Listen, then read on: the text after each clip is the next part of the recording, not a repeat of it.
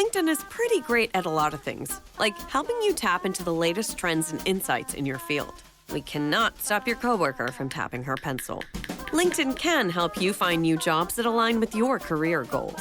We cannot help you find the source of that weird smell in the office fridge. Ew.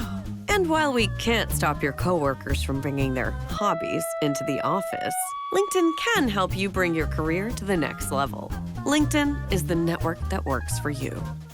Hey everyone, Chris here from MedPrep2Go, and I wanted to ask you to please follow us on social. There may be links in the show notes, or you can find us at MedPrep2Go on Facebook, Instagram, LinkedIn, and now YouTube. We'd greatly appreciate it as we try to spread the word about MedPrep2Go and keep medical education accessible and affordable. Welcome to the Dr. Raj Podcast. Today's episode features Everyday Rheum, a guest series hosted by Dr. Michelle Koolaee. She is a board-certified rheumatologist with a direct care practice in Pasadena, California.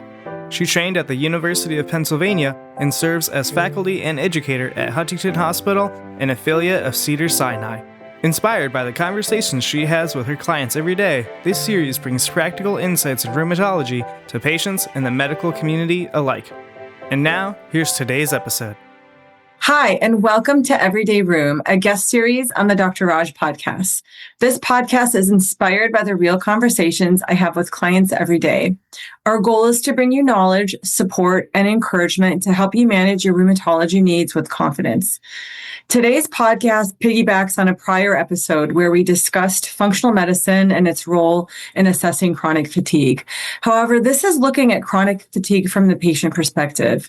And it's more than just feeling tired. For many living with rheumatic disease, fatigue can be overwhelming and hard to explain to others. So I'm joined today by my friend and member in my practice, Miss Alice Payne. Alice is a comedian, mom to two amazing kids, a rare disease advocate, and by her own description, a recovering attorney, which means she's happily traded the courtroom for the comedy stage. She lives with Muckle-wells syndrome, a rare auto-inflammatory disease, and she brings humor and honesty to what it's like living with chronic illness. This is Alice's second time on the podcast, so welcome back, and thank you so much for being here with us today. Hi, thanks for having me. So Alice, can you share with us your journey with Muckle-wells and how fatigue has been part of that story? Sure. I guess first, do you want to explain what Muckle-wells is? Or of course, yes. Mm-hmm. Okay, so it's an auto-inflammatory condition. Correct me if I say anything. Yes. Yeah. Let's talk about that first, because I think even most doctors don't know what that is. Yeah. So it's caused by a genetic mutation. I don't know, for your average listener, your immune system is kind of divided into two parts. You've got your auto-inflammatory, they're like your first responders, and then your autoimmune, where that. The auto-inflammatory cells kind of go and suss out the situation, and then the autoimmune cells go in and with more specific things to solve the problem. Yeah. And I think it's, you know better than like many doctors, Alice, as far as navigating through Muckle-wells. But the way I describe it for patients is that, your immune system is there to protect you and keep you healthy. And by definition, autoimmune diseases, and there's many different types, it's where the cells in our body, for reasons that science can't perfectly explain. In this case, obviously, there's a genetic basis for what is contributing to your inflammatory symptoms, but it's, like the body's almost attacking itself in different ways, and it can manifest with sometimes joint symptoms or rash symptoms. So with that sort of foundation, I'll give the baton to you in describing, with what you've experienced, tell us about how fatigue has been part of that experience. Okay. So I was symptomatic since I was a kid. I think like as a child, it didn't prevent me from playing sports or doing well in school, but I was absent a lot. And then I think the symptoms got worse as I got older. I think in college and law school, I was better able to manage the symptoms because I had more control over things like my schedule. Mm-hmm. Even things like the temperature of my environment, I could study, because that in Muckle-wells can be a trigger to releasing those cells. And so while I had symptoms, when I had a big flare, I was able to kind of rest and recover. And then when I entered the workforce and started working at my first law firm, so just to give you a sense of the time frame, in July 2006, I was studying for the bar exam, studying 8 hours a day and running 5 miles a day. Fast forward to December of that year. So I took the bar, passed on the first try, got a great score, doing great. And then once I was working full time in a super air conditioned place, which wasn't great for me, not in control of my schedule, kind of couldn't accommodate my condition as much as I had. By December, I was so fatigued, I couldn't walk from my apartment to the subway. Wow. At the time. I was too fatigued to stand in line at the pharmacy to buy toilet paper. I remember just in my suit, sitting on the floor of a Dwayne Reed, waiting for me in line. So that's when I really started pursuing a diagnosis. So that's like December 2006. And I wasn't diagnosed until about 9 years later. I'm going to pause you, Alice, because I think that's so powerful what you just described. And I know we're going to talk about this later, but just getting the visual, and when people hear fatigue, when we generally think of fatigue, that it doesn't capture until you just described that. And that is really powerful. Like you're running 5 miles, you're functioning at this like amazing high capacity. And it is like really just something else. It really is something else what you described, and that it is that impactful. And I see that in my practice, but I see the challenge in other people that navigate through this, where because it's not a visible thing, then it's family don't get it. Other doctors and just the community, it's hard to be seen when and you really have to having that visual. And I want people listening to really for that to just process and that like it is really very significant. I just saw someone earlier this morning who had profound fatigue and has an autoimmune disease, and that's why he's in the office, and that's what prompted him to pick up the phone and call. It is. It's really hard, and it's mentally it's just a blow. Yeah. So in that time, between like 2006, 2015. The fatigue affected everything. I suffered job loss because as an attorney, it's tough to make up billable hours. And I had to draw boundaries around, like, I couldn't pull all-nighters. I couldn't go on a business trip, get home at 2 a.m. and then show at the office the next day. And I didn't have a diagnosis to point to explain that. It also affected my relationships. It was prime bridesmaid and bridal shower time. Oh, yeah. Yeah. My romantic relationships, my family relationships. Because I didn't know what was happening to me. So I couldn't explain it to my friends and family in a way that made sense. And how did it feel just like going through, again, circa 2006-07, like that sounds really stressful. Like, how were you coping with it? How did it feel? Gosh, it felt cruel. I get, and it felt really isolating. I didn't cope with it well. And I, maybe someone else would have coped with it better. I had never gone to therapy. I think I wasn't great at drawing boundaries at that time in my life and just saying, I'm not feeling up to things. So sometimes I said yes. And then I would get really upset. But yeah, it was tough. I mean, I think some family members thought like, well, Alice, maybe she's just good at academia, but she can't cut it in the real world. Like that kind of, and there's just society and gender bias. And so I really had to have a chat with myself of like, that you're hardworking. Like, this is real.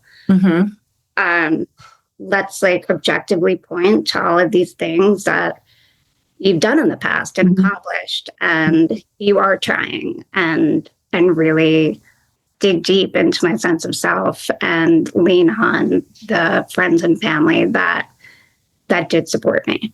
And I think it's a really great point that you bring up, because again, I'm just thinking about other conversations that I regularly have with others. And I think you brought up, number one, a great word is boundaries. And I think that it takes energy to explain things.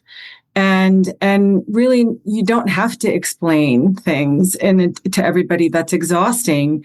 And that's a boundary. And I think creating that, I think, is very healthy. And it sounds like, I mean, things have evolved. It's been a long time for you. But I think that for other people listening, I think that's really important in terms of being able to just reserve energy and preserve it, right? And the people that love you and care about you, they will be there no matter what. Would you agree? Yes, they will. They will be there for sure. Whether they will understand, it might take them some time, and it will take. It certainly took communication on my part and the ability to draw boundaries and not apologize. And is that something, Alice, did you have to seek support through therapy? Like, how did you get those skills to know when you were navigating in like your 20s, like how to get that skill set to be able to cope? Like, how did you find ways to cope? Yeah, so I did. I started going to therapy when I was 29, and that was really helpful. And I also just started, I kind of cut out the people in my life who didn't get it. And I made a conscious effort to invest more in the relationships that felt supportive. And was that hard for you in making that transition of like really surrounding yourself just around the people that you felt properly supported you, and cutting out, quote unquote, people that were not providing good energy? Very. Yeah, it was hard. And I think it came more organically once I realized that I didn't have a duty to defend myself, convince someone who, had a certain perception of me differently. And I think that these are really good just skills and these are coping strategies, things that you worked on over a long period of time, right? Like, it wasn't overnight any of this happened. This was a process for you. Very much so. It was a long process. And it was an imperfect one, and I made lots of mistakes along the way. Well, and I think that I'm just gonna take a step back and I think that, I always tell people, I just told someone this morning, and I sincerely believe that things don't need to be perfect for there to be progress at all.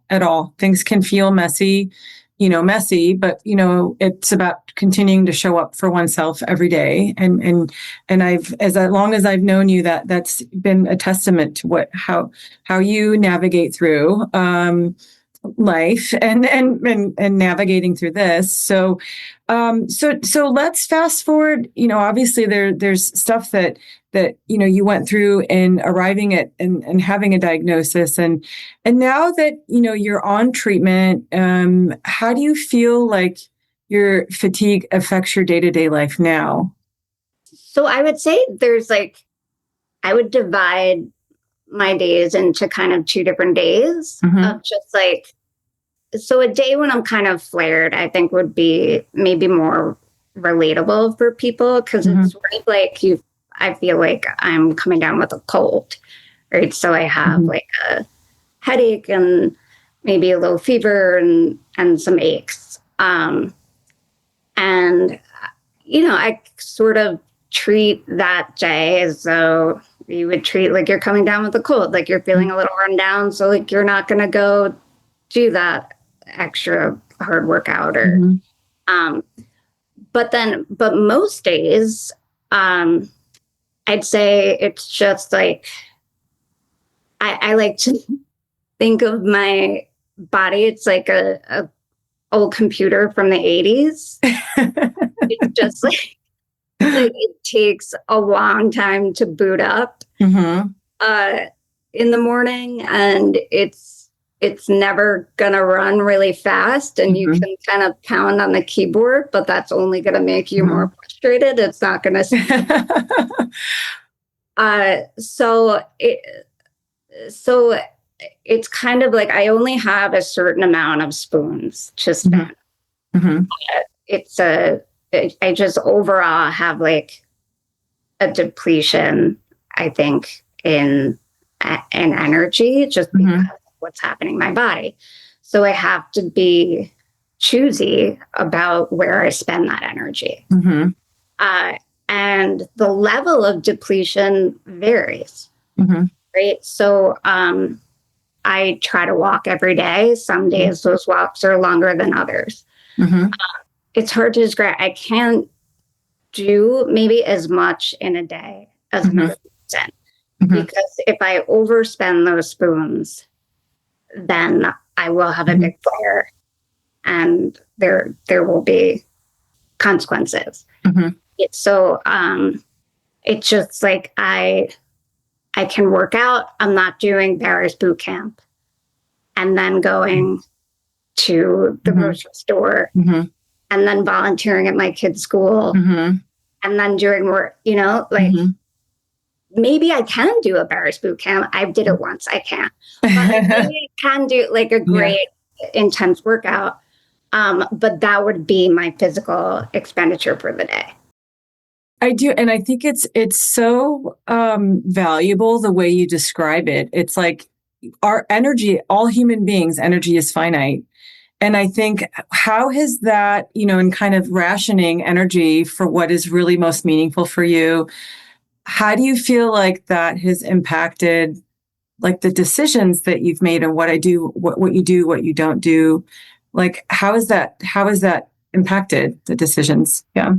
Yeah. I have to prioritize and like almost in a good way, like a positive of it's made me really focus on what's important. So for some reason, going into a grocery store, like the physical, all of it, like getting out, the lifting everything, the sensory of the store, and then like the air conditioning, especially if it's the summer and I'm going, just for the listener, Muckle-wells, temperature is a big trigger and changes the temperature. So that kind of uses up a lot of my spoons.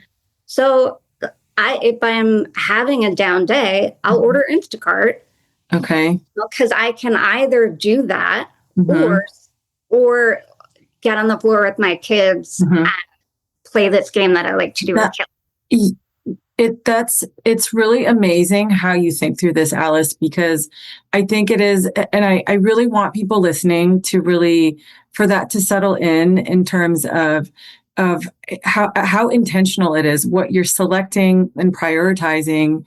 And it is almost like, and some people I see that they really fight it. And they say, no, I want to do like everything on my to-do list. I have to, I need to. And they get frustrated and then stressed and angry and worked up and I can't accomplish this. And it's just this unhealthy sort of rabbit hole that people go in. And I really want people to understand what you just shared, because that took time. I can only imagine to really get in a headspace and have that lens that is just allowing you to, it's like acceptance, but also like this very peaceful surrender, but not like there's no giving up. It's fighting, advocating, being present, but it's like surrendering of like, okay, this is what I can do, and this is how I'm going to choose to live. And I think that's beautiful, because I think that where I see others in their health journey not being even at this place, that it's just this is just a much healthier way to be, and probably like really, like you said, focusing on what truly is important for you, right? Like, and so I'm glad I made it onto your list of like going out to lunch with Michelle. Thanks for budgeting energy for me. Yeah, I think some of that too is thinking about what defines me. Mm-hmm. You know, just the fact that use Instacart maybe more often than the average person, or I run my dishwasher instead of doing the dishes more often. Like, do I feel guilty about spending that money or wasting the water? Yeah, but it's not like, oh, you're the kind of person that's too lazy to go to the store. No, I'm the kind of person that's making priorities, and I've had to adjust because of this circumstance. And other people might not understand that, but I don't have an obligation to explain. So what's the most annoying part of having fatigue? This Oh, unsolicited, stupid advice. Okay. No, you need to elaborate on that. Go on. I don't just Reiki. I don't know. I'm glad if it works for you. And that's great. And do it. But, or have you tried, or, you know, just listen, I guess, like the fixers, I guess, where's that old, you know, men are from Mars, women are from Venus. Yes. Event, and a lot of people want to offer unsolicited stupid advice. So that's part of it, I guess. And I guess, you know, the deeper layer of that is that it really is difficult for a lot of people to understand. So one time I was in a spin class, and the instructor, just because I look healthy, like pumped up the resistance. Throughout, I tore my Achilles. Oh, wow. Which I guess isn't fatigue related, but that's just sort of like, you know, having to, the invisibility of it. It is. And I think that also, you know your body best. I tell people this like a broken record. You are your best advocate. You know your body best. And I think it is like to be at one's health. Some people do best health. Some people do think they have to like push themselves to their limit. And that's so the opposite, that there's this like balance that everyone's different. And obviously like having an inflammatory disease, that again, the boundaries are different, but I think it's just, like knowing yourself and really just being true to that. So Alice, what do you think your life would look like without fatigue? See, so the flip side of having, it's forced me to prioritize. So I don't like, I think about this a lot, because like I might still be a lawyer in Manhattan, like married to the wrong guy, and with, you know, friends that like aren't as empathetic, or like I might never have found comedy. I probably wouldn't have found you, like some of my closest friends. I think I would have a completely different attitude about parenting, or like I would have come into parenting without as much just empathy. And, you know, I'm pretty A-type, and I was really like high achieving, and that was my priority before all of that. It was how I defined myself. And now I define myself by sounds like happiness and connection. And in a weird way, fatigue forced me to do that. Do you think and obviously, like, I think it's really powerful what you just shared, but do you think you're happier now in this than you would be if you didn't have fatigue, and then things again were different in what your journey, perhaps type A Alice, would have been. I do. I think I'm happier now. There's something really freeing in, like, to the outside. I mean, imagine, like, I passed the bar, I'm living in Manhattan. I was engaged at the time, that ended up broken off. And then, like, now I'm unemployed. I don't know if I can be a lawyer. I'm single. I failed spectacularly, right? But I'm still here. And I really had to find a lot of self-love in that moment and think, what do I actually enjoy? And what do I want my day-to-day life to look like? And I do have to accommodate this condition, but I'm not defined by all of those achievements. I have my own self-worth, and my own opinion of myself is actually primary.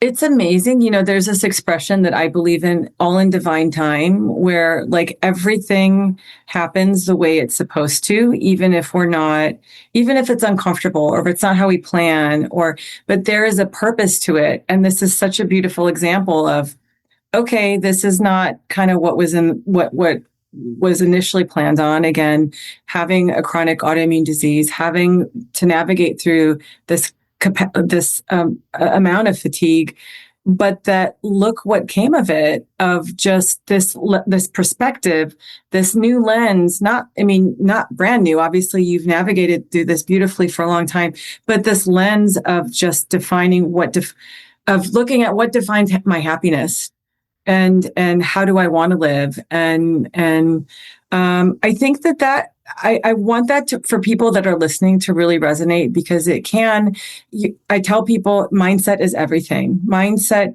and having autoimmune disease is everything. And having a healthy mindset and sorting through some hard stuff. It is, figuring out how to be and figuring out, again, prioritizing, rationing energy, figuring out like what you can and can't do. But it is, you can be even a better version of yourself than you thought of before. So I think that is really amazing. And I appreciate your transparency and sharing all of this. I really think it's going to be very helpful for people. Now, people that are listening that are struggling with fatigue, what advice would you share with them? And what's one thing that they could try? So first, as we've been talking about, be kind to yourself. Second, when you're dealing with physical fatigue like mine, that will not be helped necessarily by better or more sleep, right? But you'll still have this like impulse to sleep. And that can get tricky, right? So like you do have to rest, and I'm not saying don't sleep, but also your circadian rhythm is really important. So like maintaining good quality sleep rhythms. So I think just like trying as much as you can to stay on some kind of a regular schedule, even if that can involve naps. But like for me, waking up and going to bed at the same time is really helpful. And also movement. Like even if it's like there's this impulse sometimes when you're fatigued just to like act like you have the flu. And that over time isn't going to help you. So even if it's just gentle movement, massage, get the blood flowing. Walking is so great. Yeah, I guess it was just movement, sleep, be kind to yourself. I love that. And then last, what do you feel gives you hope when fatigue feels overwhelming? It's a journey. There's a cyclical nature to it. So I've been here before. It'll get better.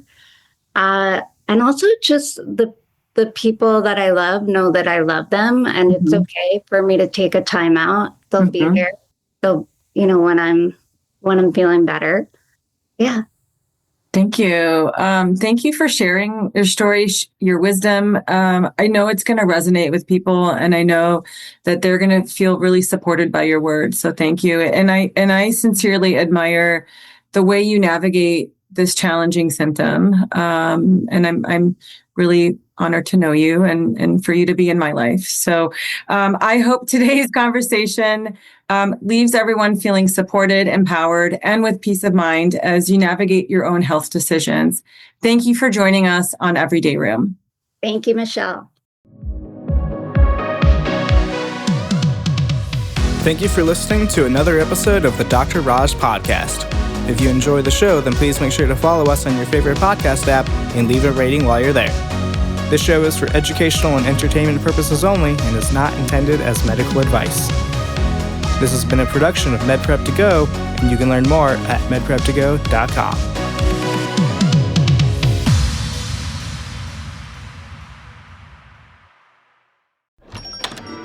Hey, Sal.